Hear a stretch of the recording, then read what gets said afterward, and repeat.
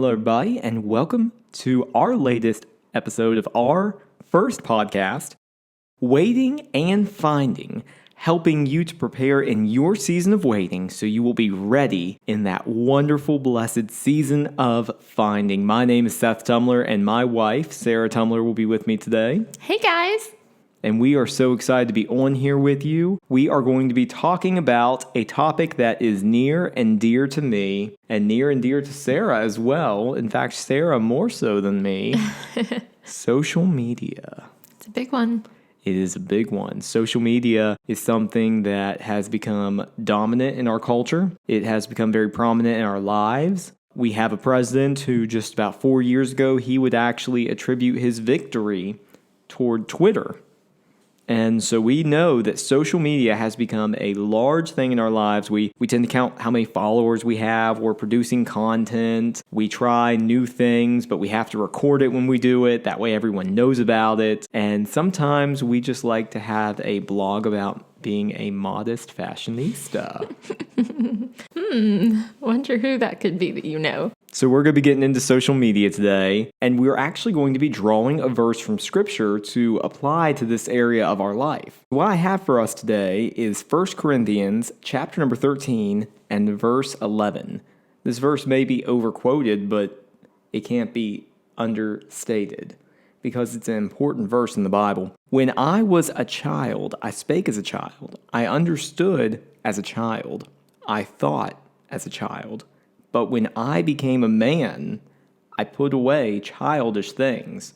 We are going to be talking about your social media, and we are going to be talking about the putting away of childish things. That's going to be our scripture today.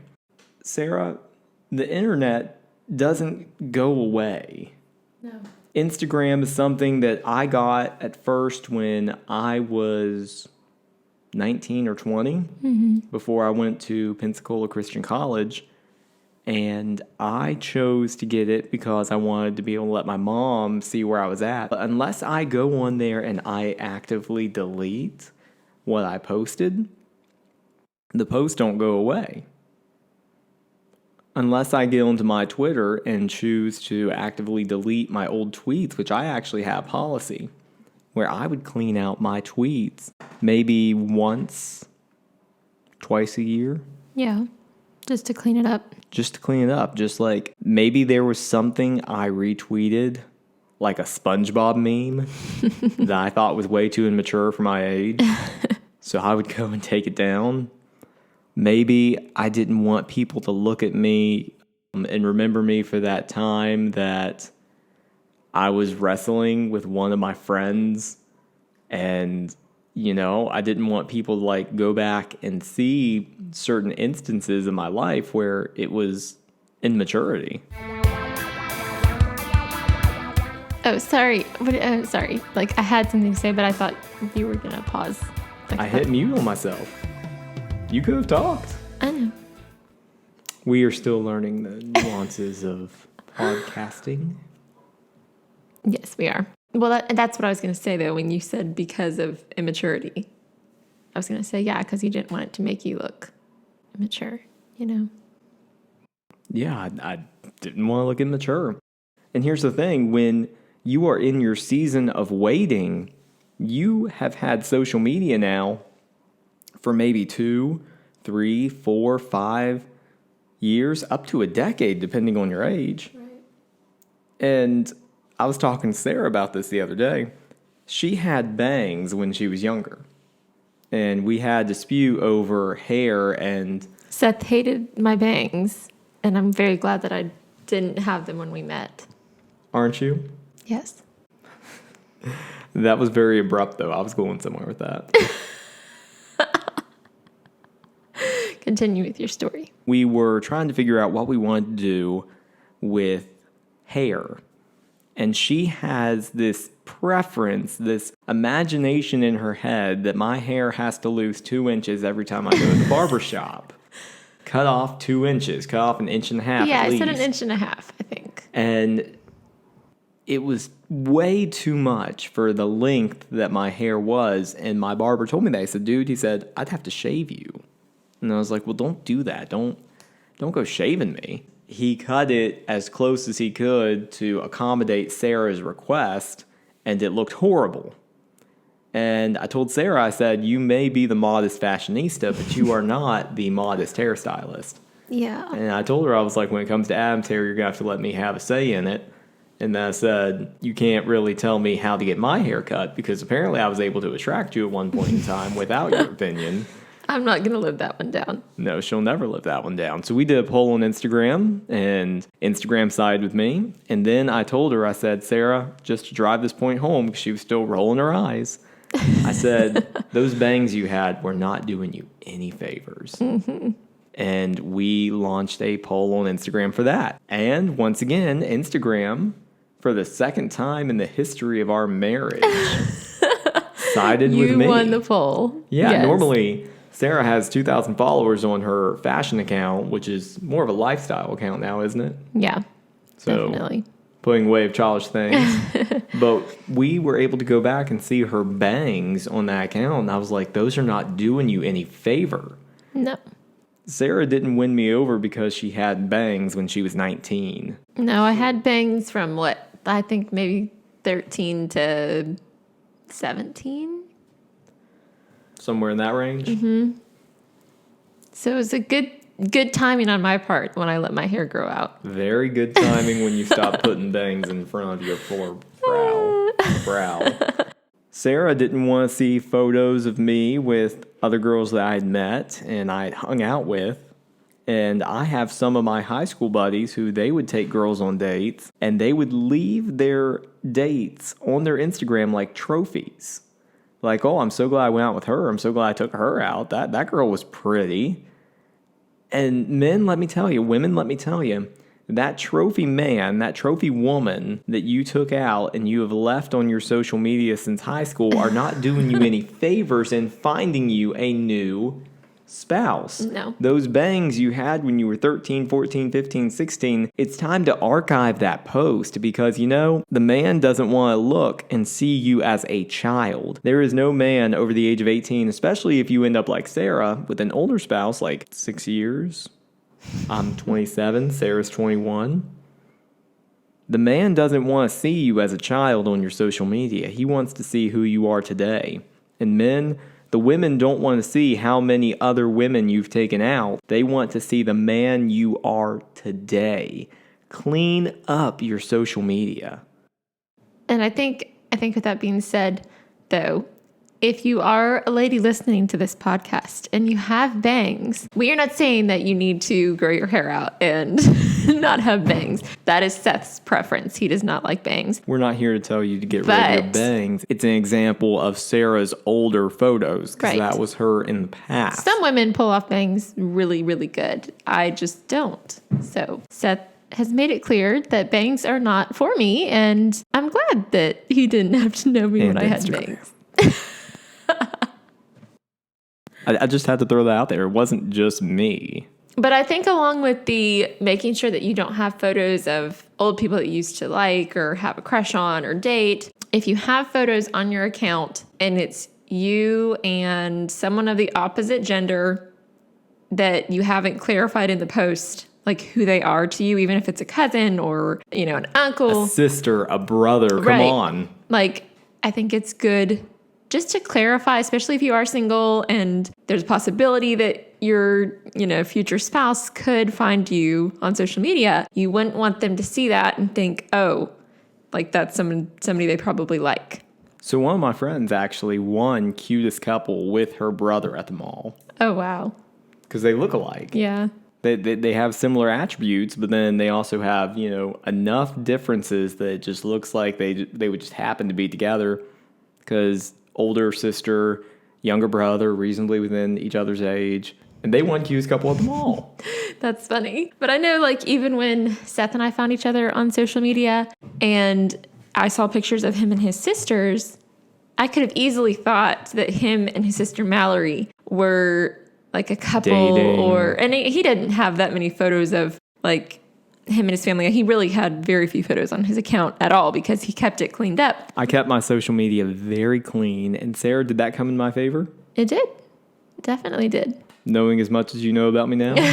That's right. said that a lot to keep buried. The bones are in the backyard for the dog. But no, like if he hadn't specified on certain posts with his sister, that's who it was, I would have thought that's, probably a girl He's that he not likes available. or exactly. But He's taken. Sarah, she's taken. She's not available. Now, Sarah, you had it in your ball field that you didn't have any brothers. nope. You didn't have any former person you had taken out for food Nope. on your social media. Nope. And And I had recently gone through a breakup, but I had cleaned up my social media very well right before Seth and I met. So 2 weeks before. Exactly. So social media is so important to stay on top of. You see, it's very easy whenever we are going through our life and things are getting busier, especially for those of you in your 20s who have full-time jobs. It is so easy to let that social media sit out there and forget about it. But I'm here to tell you that you can't do that. It's time to put away a childish thing. If you can't keep up with social media, maybe it's time to start reducing social media. Maybe it's time to start deleting posts that are more than 2 years old. And it's like, well, those are my memories. Download them. Or you can Download archive them. and stick them on a thumb drive or archive them if it's Instagram. But you don't want to have tweets from 2015 still on your Twitter because they're probably immature. And honestly, with the way the political world has been, regardless of Democrat or Republican, you probably don't want your political opinions out there on Twitter from 2015 because people will use that when they're looking to give you a job. It's time to put away childish things so you can be employed when you have a spouse and so you can attract your spouse. Right. The less of you out there so you can explain yourself when you meet your spouse is better. You don't want social media to explain who you are to that spouse. It's very important that you keep your social media clean.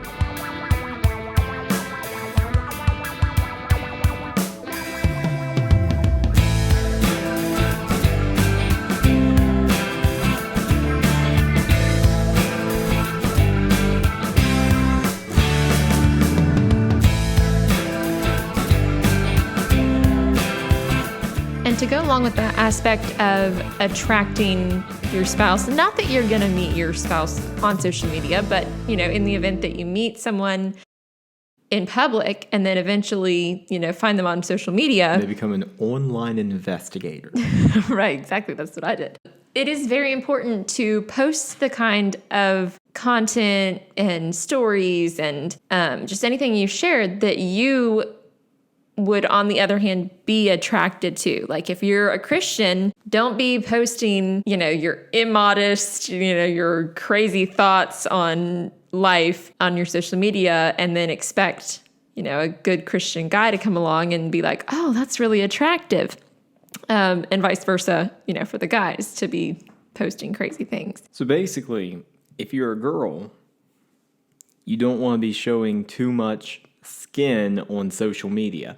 You need to keep your private life private. Exactly. And if you're a man, I'll even go this far. If you're a man, you don't really need to post yourself with your shirt off. No. Now, that's not to say you have to follow our advice. That's not to say that we're condemning you. We're not. But when you're trying to attract a certain type of person, you want to be as conservative as you can on your social media with modesty and even with soda cans. I used to try fancy Mountain Dews, and I had someone ask me if it was alcohol one time. You come across. And I was ashamed. I was like, no, that's not alcohol. That's just a brand new Mountain Dew. I just like trying Mountain Dew. Seth likes to drink cheer wine, which is a cherry soda out of a glass bottle. South Carolina. And so sometimes, I'm careful if I post in our story of him, if he's holding a bottle of cheer wine, because I'm like, it could look like he's holding a bottle of beer. Like, you just never know. People, take things to the extreme nowadays. And you want to take things as carefully as you can. If that's what you want to attract, you want to be as conservative as possible. I think we even have a quote that goes along with that pretty well. Yes, I found this on Facebook today. It says, Cinderella removed just one shoe and found true love. Some of y'all be half naked every day on social media and you're still single. Put some clothes on. So that's for the ladies. Mostly. You can find your true love, the one God has for you, and you don't have to be exploiting yourself on social media. Now, Sarah, correct me if I'm wrong, but you never posted a picture of yourself in a bikini. No. And you got a guy. I was going to say you got an awesome guy, but I know myself too well. I did get an awesome guy. Yes, I did. And not to say that any of the women listening to this are immodest, because I know a lot of you, and I've talked to a lot of you personally, and I've seen your accounts, and you are modest.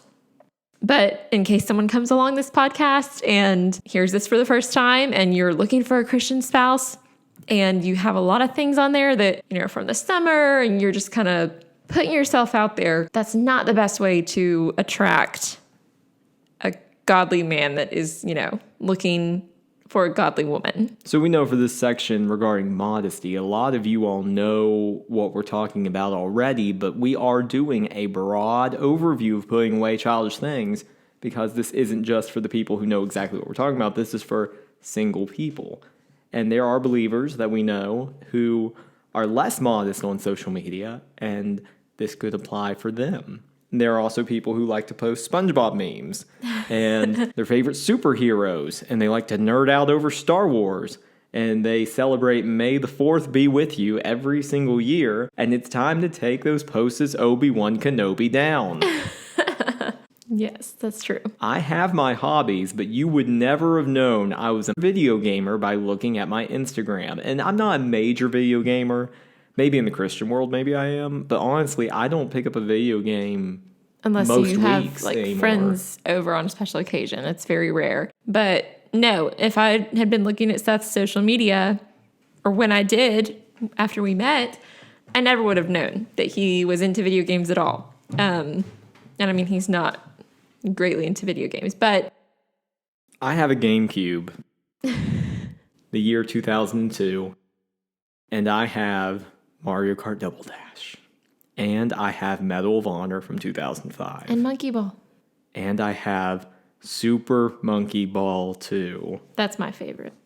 I had Nintendo Switch for a season, and I got rid of it for a new season of life shortly after Sarah and I got married, not too long into the marriage. And even then, I didn't pick it up very often when we got married. Yeah. So I'm not a major video gamer, but if I had been posting video game clips or reviews of video games on my social media, Sarah might have seen that and gotten turned off. It would have been a turn off for me, just because, and I'm not against, guys playing video games, because I don't care when Seth does on occasion. But if he had constantly been sharing, oh, gotta play this new video game, or this is how I'm spending my evening, like all the time, I would have gotten the impression that that's all he did. And I would have kind of been like, oh, he's not going to be And I'll say this, there are worse things you guys, men out there, can do than play video games in the evening with your friends or even by yourself. There are a lot worse you could be out there doing. So we are not trying to say that you're a bad person for playing video games. We're not trying to say that video games are bad. I don't think they are. Right. But it's unbecoming on social media, because what people see on social media is literally, and it's not to mask who you are, but it's literally meant to be a highlight of your life. Mm-hmm. And what I highlighted my Jeep out on a trail. Yep. I highlighted my work. At the time, I worked for a radio station, so I had a post about being at a radio station. I highlighted my family. I highlighted my values, and not all of my recreation. Sarah wouldn't have known I was a big Marvel movie fan. No. Sarah wouldn't have known that I made Uno cards with my own face on them. It's called Seth Uno. It features the color purple, so it has 5 colors, and it's awesome. And you can totally buy it if you go to this link. This was sponsored by Seth Uno. If you just purchase right now, privately message us at waitingfinding@outlook.com. But I think that all just goes back to the whole keep your private life private. If there are things that, you think might be a turnoff or might just come across the wrong way to someone that you're looking on social media and thinking, oh, like I like this person, or if you think you might happen to come across someone who could be your significant other, just keep things private until, that relationship turns into more than just knowing them on social media.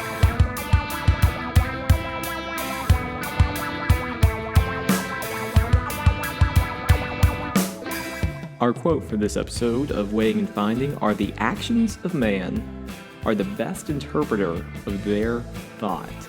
John Locke. And now we are going to take a question, and Sarah, I believe you can read this one off for me. All right, so the question states, how to address the issue of loneliness, especially when living alone and I'm alone in life with no friends or family. Well, Caroline, I really want to express my sympathies to you, because that's a tough one. Living alone is perhaps one of the greatest challenges to endure in this life. Because the Bible straight up says it's not good that man should be alone. Ecclesiastes 4:10b says, "Woe to him that is alone when he falleth, for he hath not another to help him up." Loneliness, in my opinion, is one of the most dangerous places we can live in our life. AdvantageMentalHealthCenter.com says this about loneliness. It's a Google excerpt that I looked up. According to a study, living by yourself is linked to many common psychiatric issues, including anxiety, mood disorders, and substance abuse issues. I almost wish that I could recommend that you go find a friend to live with or a family member, but you've indicated that you don't have that option right now. I hope you're in a good church. I hope that you are able to sleep well at night, confidently. I remember sleeping alone in Jacksonville, and one night, Sarah, as I was going to bed, I felt something under the covers with me, and I threw the blanket off, and it was a little iguana. One of those little green lizards? Little green lizard, yep. And I spent 2 nights trying to find him and kill him, but I just was so afraid that I would climb back into those blankets and that iguana would be right there. That's so sad. It was so bad. And he didn't have any food in my room. He didn't really know what he was doing. He wasn't going to survive. I felt bad for him. Jonah, a servant of God, he was alone at the end of his story. And when Jesus sent out the people that he did send out, his servants, we saw that he sent them out by twos. So if you're asking me this question, you're already struggling, I want you to begin praying and sharing with those who care about you the most. I want you to share with people you can confide in. I want you to share this issue with God. Are you able to get a dog, Caroline? Because this is a petrifying loneliness that you're describing to me. And my instinct says go live with your grandparents. Go live with an aunt. Go live with someone, because I hate this for you. I hope you're in a good church. I hope you're sleeping with a Bible underneath of your pillow. I had to do that, especially living alone, but I continue to even do it now. And you can go get yourself a small Bible, a nice King James, tiny Bible. Doesn't have to be your main reader that you can stick under your pillow. But Caroline, I'm worried about you. I care about you a lot, and I want you to be able to not have to suffer through this season of singleness, because even in the season of singleness, it's not healthy for anyone to live by themselves. I think it's a damaging thing in our life. Yeah. And I would encourage you, Caroline, if you have an option, a safe option, to, even if it's a major change, find someone you can live with, whether it's a grandparent or an aunt or maybe your mom, someone you can move in with and someone you can be with in this time of your singleness to keep you safe and sound where you need to be. Because I hate this for you. This is painful for me to read, because I only endured that season of my life for 9 months, and it is a mental trip. It is something that will play with your psyche, and that's not healthy. Caroline, I'm worried about you, and I've got to tell you, if you don't have a door right now that you see, and you want to message us, waitingandfinding@outlook.com, we would be happy, Sarah and I together, to get on the phone, pray for you, but then also try to help you find an option that gives you human interaction, or at least a pet, something that you have that you're not just in that dark house by yourself or that dark apartment where you are right now in life, because I don't like that. But thank you for messaging us. Thank you for reaching out to us and asking us for our advice. I'm sorry you're struggling, and I really do want to help. If you want to get in touch with Sarah and I, waitingfinding@outlook.com, and we would be happy to just get in touch with you and see if maybe we can brainstorm an option that would help you in this season of not only singleness but loneliness, of living by yourself. Because singleness is just talking about not having a spouse. Loneliness is a whole different thing. We'd be happy to talk to you about it sometime, Caroline. Yes, we would. Definitely reach out to us. Please do, if you're listening to this podcast and you're the one that asked this question. Or anyone in a similar situation. Anyone. We don't want people to have to deal with that type of thing. It's a dangerous thing.